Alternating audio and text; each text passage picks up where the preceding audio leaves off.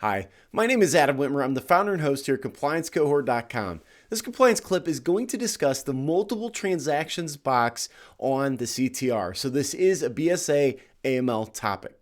The question we have today is this: when do you check the multiple transactions box, which is item 3, on a CTR?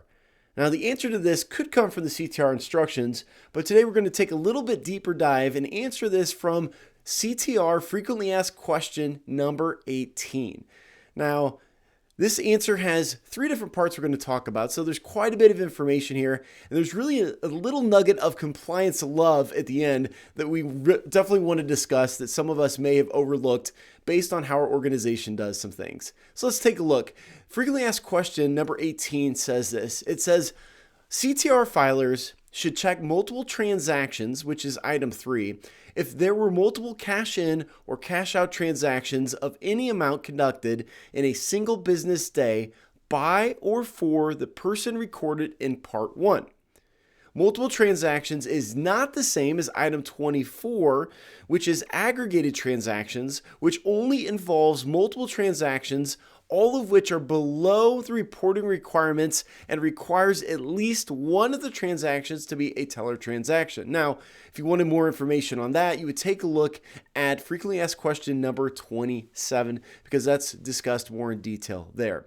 But moving on, in frequently asked question number 18, it goes on and says this. It gives us an example. It says, for example, if Tom Doe deposited $6,000 to his personal account in the morning, and then later in the same business day deposited an additional $5,000 to his personal account, the filing institution would check item 3, multiple transactions, when completing part 1 on Tom Doe.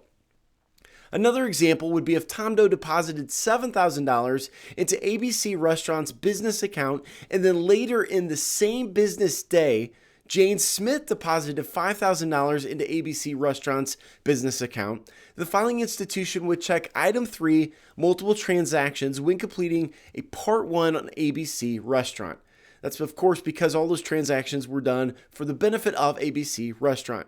Now, they do note here, however, that the filing institution is not going to check item 3, multiple transactions, when completing a part 1 on either Tom Doe or Jane Smith, because neither of them had multiple transactions. The multiple transactions only related to ABC Restaurant, therefore you would only have the multiple transactions box checked for that case.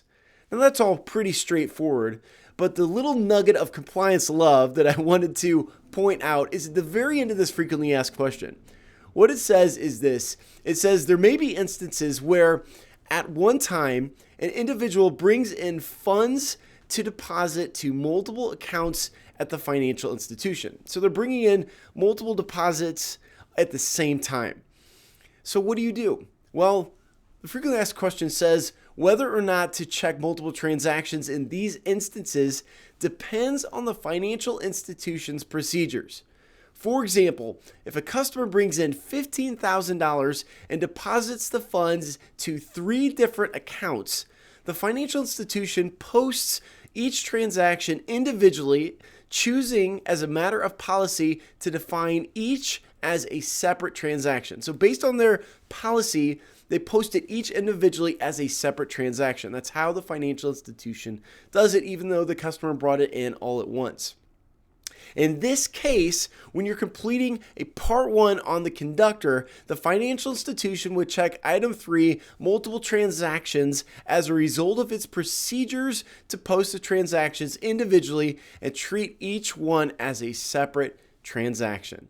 So how you treat this specific situation is going to depend on your specific procedures. And if you've always done it one way, you may have never known of this little compliance nugget of love, as I like to call it. So hopefully you learned something today. That's all I have for this compliance clip. If you're new to the compliance cohort, be sure to check out us at ComplianceCohort.com, because we have a free membership where we offer free videos just like this one. In our basic membership, it's absolutely free. For those of you who want to take a deeper dive, we have a bunch of paid training in our store, much more in-depth training that goes into a lot of detail, things like our BSA bootcamp, BSA annual update, BSA training for the board, and a lot more. And if you are an existing member of the compliance cohort, we do appreciate you. You're the reason we do what we do. So thank you so much. And always thank you for sticking to the end of these videos. We do appreciate it. That's all I have for this time. Until next time, I hope you have a wonderful day. Thanks so much.